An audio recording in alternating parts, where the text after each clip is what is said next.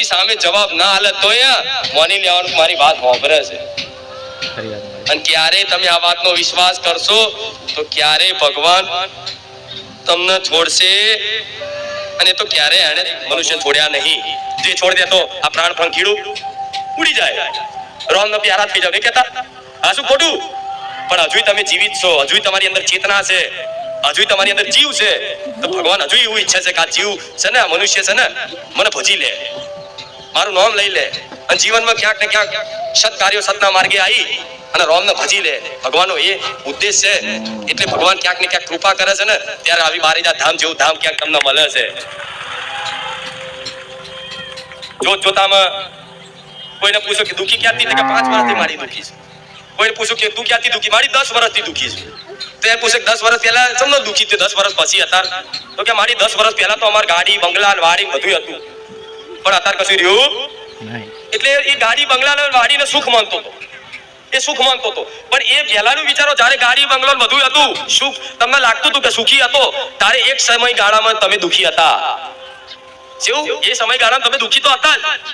પણ તમને એવું લાગે કે જે જયો ને સમય સુખી હતો અને અત્યારે જે એ દુખી છું પણ હું માતા એવું કહીશ કે અત્યારે જે સમય તમે ભોગવો છો ને જે સમય પર આધારિત છો ને એ સમય ખરેખરમાં જો જોવા જાવ ને તો તમે સુખી જ છો તમે તમારા મનથી દુખી થાવ છો આ શું ખોટું મનથી દુખી થાવ છો તો મિત્રો માતાજી શું કહે છે તમે તમારા મનથી દુખી થાવ છો તો ખરી વાત છે મારી નહીં તો ચાલો વિડીયોમાં આપણે કામ ના થાય દુખી થઈ ગયા કઈક કામ ના થયું નિરાશ થઈ ગયા કઈક નુકસાન પડ્યું દુખી થઈ ગયા કઈક 5000 રૂપિયા પડી જતા 5000 માં તો જાણે આની જિંદગી લૂંટાઈ ગઈ હોય કઈક થોડો ધંધામાં નુકસાન આવ્યો જાણે આનું આખું બધું ગુમાઈ ગયું હોય કઈક કોકની જોડે કઈક કોઈનું મૃત્યુ થઈ ગયું હોય કોઈ પ્રિય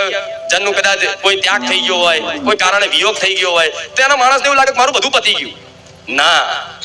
કશું તમારું પત્યું નહીં પણ અસલી શરૂઆત ત્યાંથી જ થાય છે જીવનની જ્યારે તમારા જીવનમાંથી બધું છૂટી જાય આ બધું છૂટી ગયું ને બધું હોવા છતાં છૂટી ગયું છે એકલા મૂંઝાવાનો દાડો છે નહીં બધું છૂટ્યું છે તો છૂટ્યું છે ને તો ભગવાને બનાવેલા વિધાન એ કૃપા કામ કરે છે કે ધીરે ધીરે તમારા જે કામનું નતું ને બધું છૂટી જવાનું અને જે ખરેખરમાં કામનું છે ને આપે રૂપે તમને પ્રાપ્ત કરી શકશે એને સંસારથી બસ ક્યાંક ને ક્યાંક વાતે તમને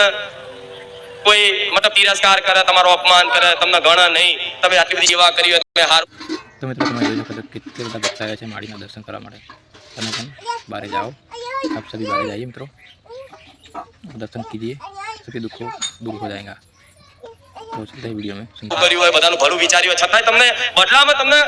જસ ના મળે અને વ્યક્તિ શું જસનો ભૂખ્યો કે મારી જો બધું હતું મેં બધાની સેવા કરી મારા માતા પિતાને હાચવ્યા મારા ભાઈઓને હાચવ્યા મેં બધાનું પૂરું કર્યું પણ મારી આજ હું દુખી છું તો મારું આજ કોઈ નહીં રહ્યું થાય છે ને આવું ઘણા લોકોનો અનુભવ હશે કે આજ મારું કોઈ નહીં રહ્યું તો આ સંસારમાં કહેવાય છે કોઈ કોઈનું નહીં કોઈ કોઈનું નહીં જો તમારું કોઈ હોય ને તો મારા જેવી માતા ને મારો રામ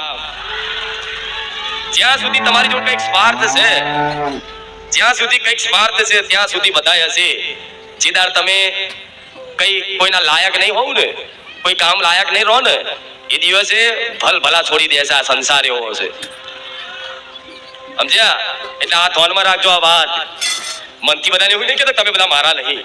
બધાને પણ આખો સંસાર મારો છે પણ હૃદયથી એવું જ વિચારવાનું કે માં હું કોઈનો નહીં બસ માં હું કોઈની નહીં માં હું તારી છું બસ આ પોતાના પણાથી કદાચ આ સંબંધ જાળવી રાખજો હું ખરેખરમાં એક દાડો એવો સમય બતાવીશ એક સમય બતાવીશ કે ખરેખરમાં તમને એવો વિશ્વાસ થશે કે માં ખરેખરમાં તું બોલતી ને આજ અમને એ વાતનો 100% વિશ્વાસ થઈ ગયો કે આ સંસારમાં મારું કોઈ નહીં તારા સિવાય અને જેના અનુભવ થઈ ગયો અને કૃપા માનજો જેના અનુભવ થઈ ગયો હોય એ કૃપા માનજો જેના અનુભવ ના થયો હોય થોડો ક્ષણ રાહ જોજો ખબર પડી જશે तो मित्रों माँ की बात सही है मेलडी माँ की इस संसार में कोई किसी का नहीं है सही बात है ना जय राम माड़ी राम जय कृष्ण मेलडी माँ તો હું માતા થઉં છું કે સંસાર તમારો થાય જોઈ લેજો સમય છે આલું છું આ શું ખોટું દુખી જ એટલે થયા છો કે દુખી થઈને તમે મારા માર્ગ ઉપર આયા છો ને દુખી થઈને ધર્મના માર્ગ ઉપર આયા છો ને તો દુખે હારા માટે પડે છે કે ખોટા માટે વિચારો દુઃખ આમ તો કે એવું કહીશ કે મારી આવું છે દુઃખ હારા માટે આવે દુઃખી થાવ ત્યારે તમે ભગવાન માતાજીના સન્મુખ થાવ છો ને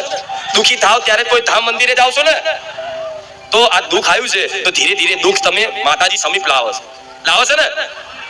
સમીપ લાવે છે ને તમને ભક્તિના માધ્યમથી, તો આ દુઃખ ખરેખરમાં જે આવે છે, જે વિધાન બનાયેલો છે અને જે પરિસ્થિતિ નિર્માણ થાય છે, એ ખરેખરમાં દુઃખ તમારા ભલા માટે જ આવે છે. જો આ વાતનો વિશ્વાસ કરો તો દુઃખ તમારા સારા માટે આવે છે જીવનમાં. જો આ વાતનો વિશ્વાસ કરો તો આ વાત એકદમ ઉતર મગજમાં એમ નથી, પણ ના, જેને ખરેખર માતાજી ભગવાન અપનાવા છે, અપનાવા, જેને ખરેખરમાં માતાજીની નજર થઈ ગઈ છે ને,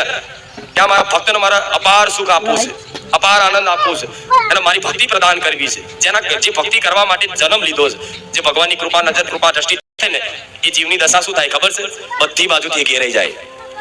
કોઈ બાજુથી મતલબ એના આશરો સહારો રહે, બધા આધાર તૂટી જાય,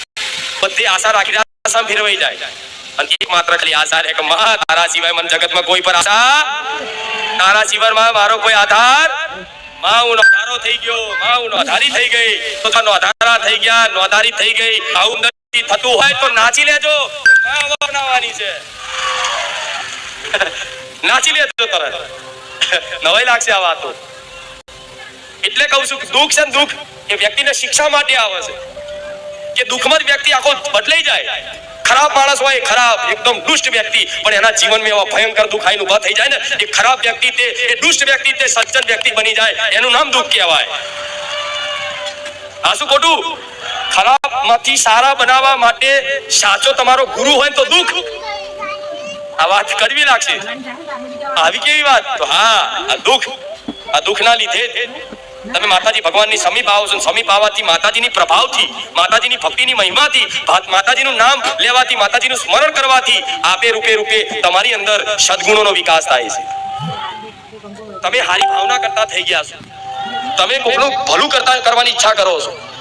તો આ સારા બનવાનો જ્યાં માર્ગ મળ્યો છે, તો આ દુઃખનો આભાર માનજો. દુઃખને કોસતા નહીં, અને દુઃખી થાવ તો બીજા કોઈ દોષ આપતા કે આ વ્યક્તિના લીધે હું દુઃખી થયો, આ પરિસ્થિતિના લીધે દુઃખી થયો, આના લીધે દુઃખી થયો, આ સમયના લીધે દુઃખી થયો, આ મારી ગલતીના લીધે દુઃખી થયો, આ ફલાણા લીધે દુઃખી થયો. એ કશું જોતા નહીં. હું માતા એવું કહીશ, ખાલી એટલું જ હૃદયમાં રાખજો કે ભગવાને જે રચાયું છે મારા મંગલ માટે જ રચાયું છે. ભલે જે થયું એ થયું, પણ હવે હું સારા માર્ગે આવવા માટે, એ રામ, હું તૈયાર છું.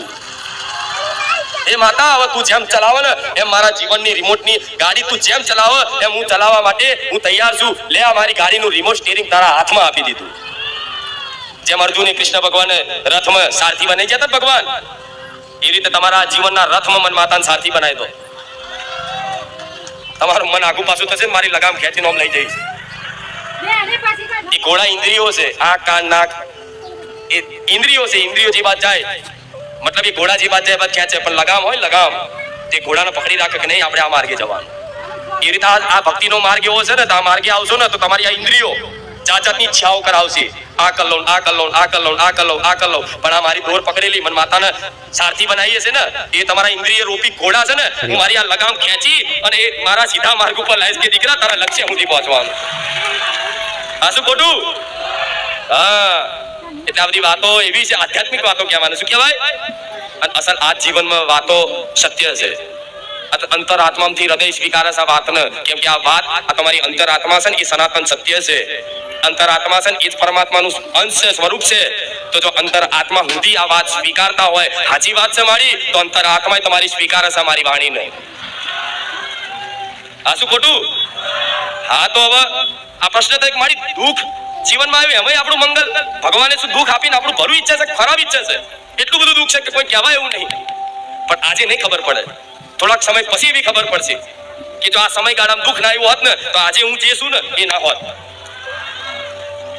આજ મારા દીકરાના જીવનમાં કોઈ જાતનું દુઃખ ના આવ્યું હોત, તો મારો દીકરો આજ જે છે ને એ ના હોત. એ દુઃખી થયો ત્યારે મારા શરણ ચાલ્યા છે, એ દુઃખી થયો ત્યારે મને રડીને પોકાર કરી છે, એ દુઃખી થયો ત્યારે મારા શરણે પડ્યો છે. તો તમારા જીવનમાં દુઃખ આવે છે, માતાજીની સાચી ભક્તિ કરવા છતાંય, એને સાચી રીતે માટે દિલથી માનવા છતાંય, સેવા કરવા છતાંય કોઈ દુઃખ એકદમ દૂર ના થાય ને, તો વિશ્વાસ રાખજો કે ભગવાને માતાજીએ તમારા માટે મંગલ જ રચી રાખ્યું છે. અમંગલ થવાનું નથી.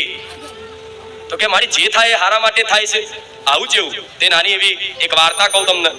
સાંભળશો? હા, એક રાજા હતા. અને રાજા મતલબ પહેલા રાજાઓને એવો શોખ કે શિકાર કરવા જાય જંગલમાં કંઈક ના કંઈક આ તે મતલબ એવા શિકાર કરતા જે પાકોને નુકસાન કરે એવા મતલબ શિકાર કરવા માટે જતા ધનુષની અભ્યાસ